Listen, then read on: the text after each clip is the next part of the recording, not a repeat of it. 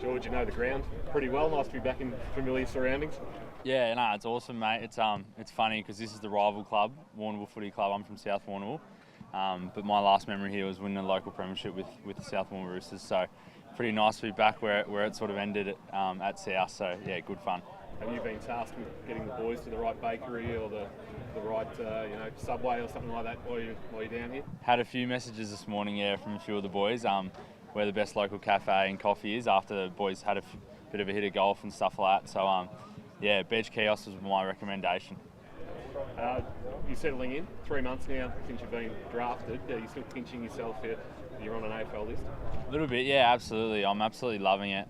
Feeling a little bit settled now that I've officially moved to Geelong with Mitch Edwards, living with him. So that's been really good fun, and all our draftees connecting really well. So yeah, still pinch yourself every now and then walking into the club, but it's been great to get in and get stuck into it, and everyone's really driven for 2024. So yeah, just can't wait for the season to come around.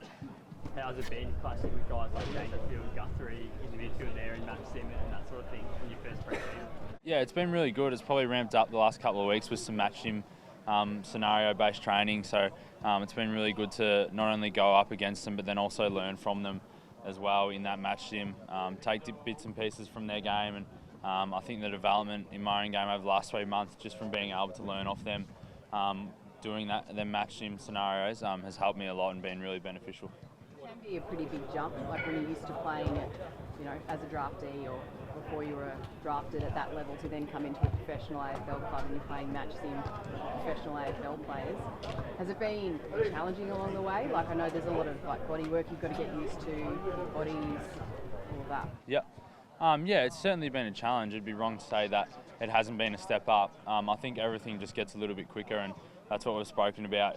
We're so lucky that I was drafted with 6 other guys, so we chat a lot and things like that and bounce ideas off each other, and that's been the biggest thing, is just sort of getting used to that speed that comes with the step up in level. So, we're working really closely with our development coaches in Nigel Lappin and Harry Corrigan and those type of guys, really developing our games that allow us to then perform with that extra speed and the bigger bodies and things like that. But yeah, I feel as though we're all working really, really well together, and yeah, as best I can, I'm trying to adapt my game to that level.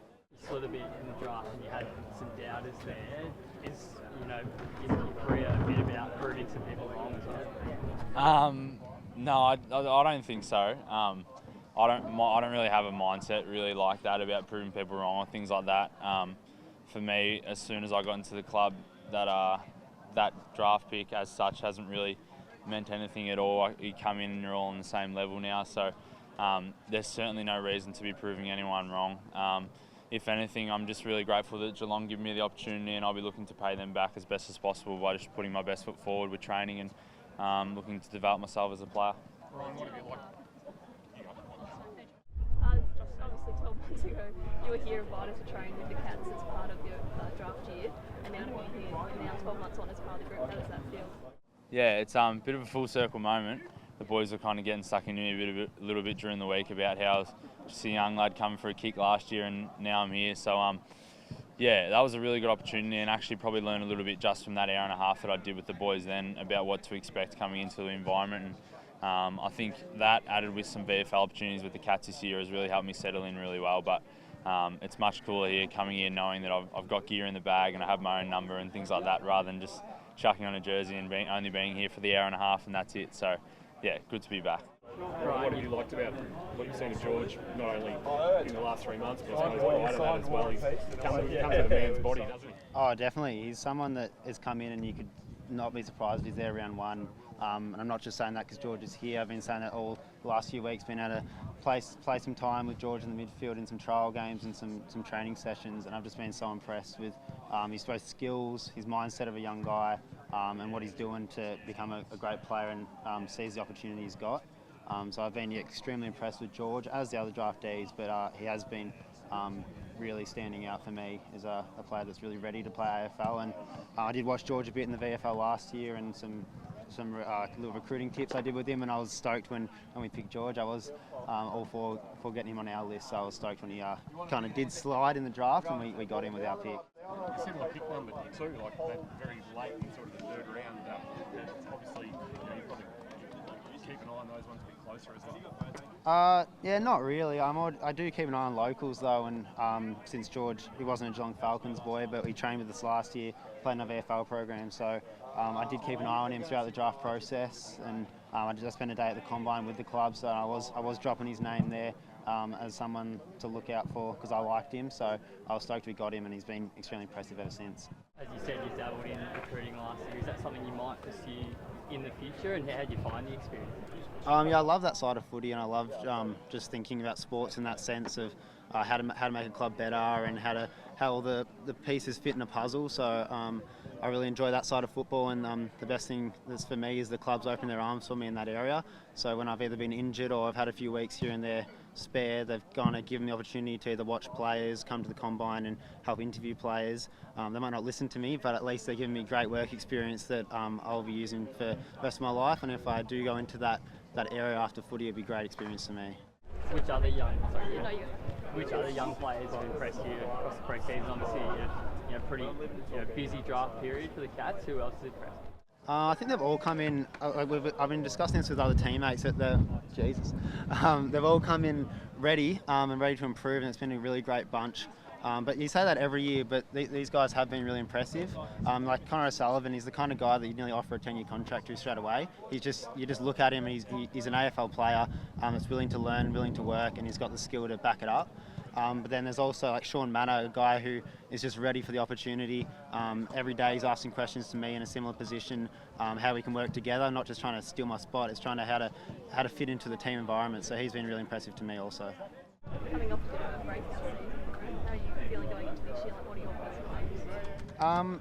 To win a premiership, really. I don't really care about the individual stuff as long as I'm in the team. So probably get a game first, round one. That'll be the number one goal, and then from there build on what we've done in the past. So obviously last year was quite disappointing, but it was a freshener we may be looking back on that we needed, and we used to our advantage, and that's what I'll be saying at the moment. But there's a lot of things to change even before round one, or the whole season ahead. But I'm really excited, and I'm itching to get into games now because the pre-season's gone way too long for my liking.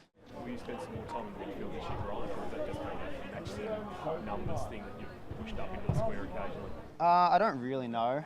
It's we'll see how practice and training and practice games go, and if that's needed. When you've got recruits like George coming in for midfield spots, I don't think you need me to go in there. But I think a transitioning part of my game to go into different spots and to learn new things is also really important. So I'm not pigeonholing myself and pigeonholing the team for me to fit in one position. So I have been training a little bit there, but that does not mean I'll be playing there.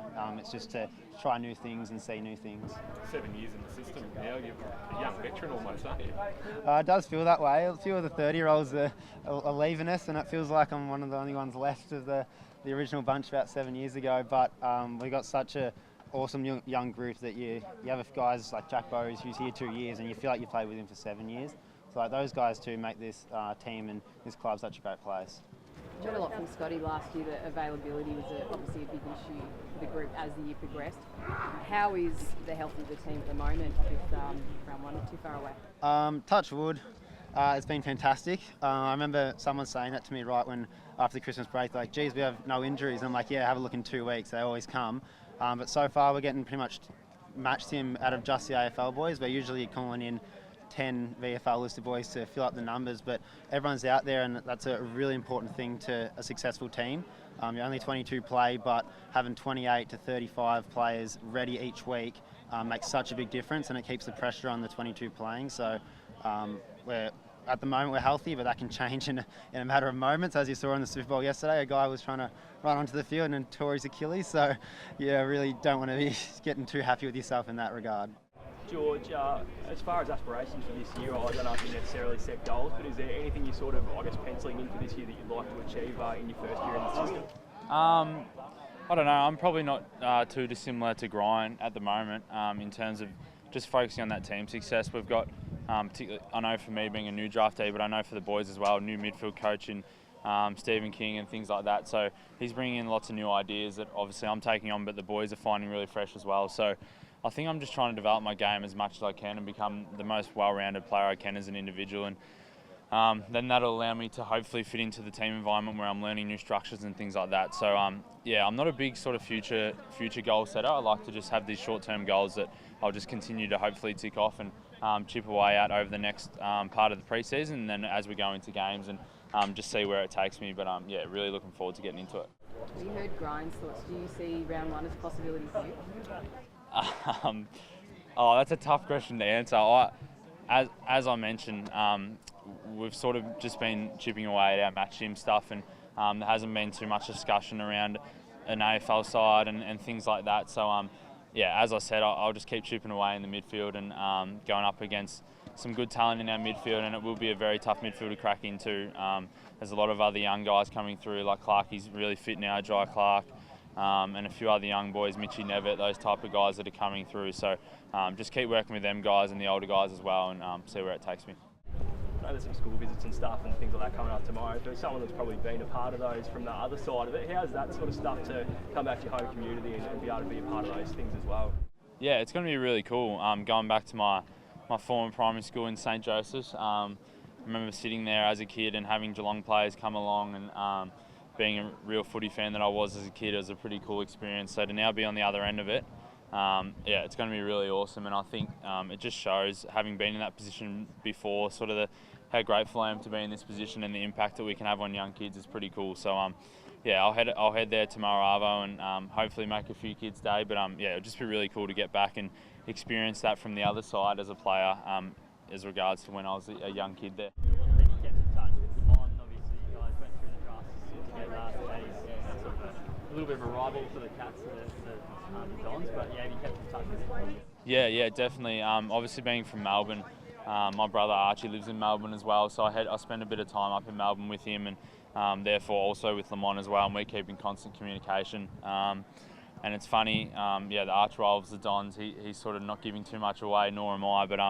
yeah, he seems to be going really well, and based off his reports, he's absolutely loving it, as I am. But yeah, we share a few bits and pieces, but hopefully that first bracket in a couple of weeks' time we can line up and yeah, hopefully get the chockies in the first bracket, and I'm one up on him early.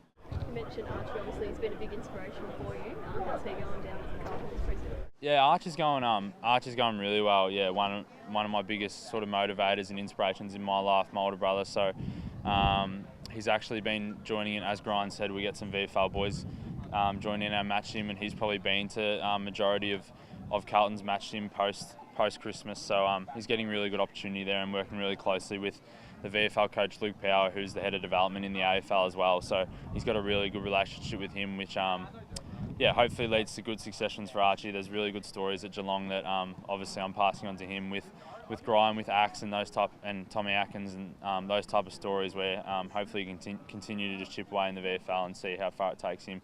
But I'm sure he won't stop trying, that's for sure.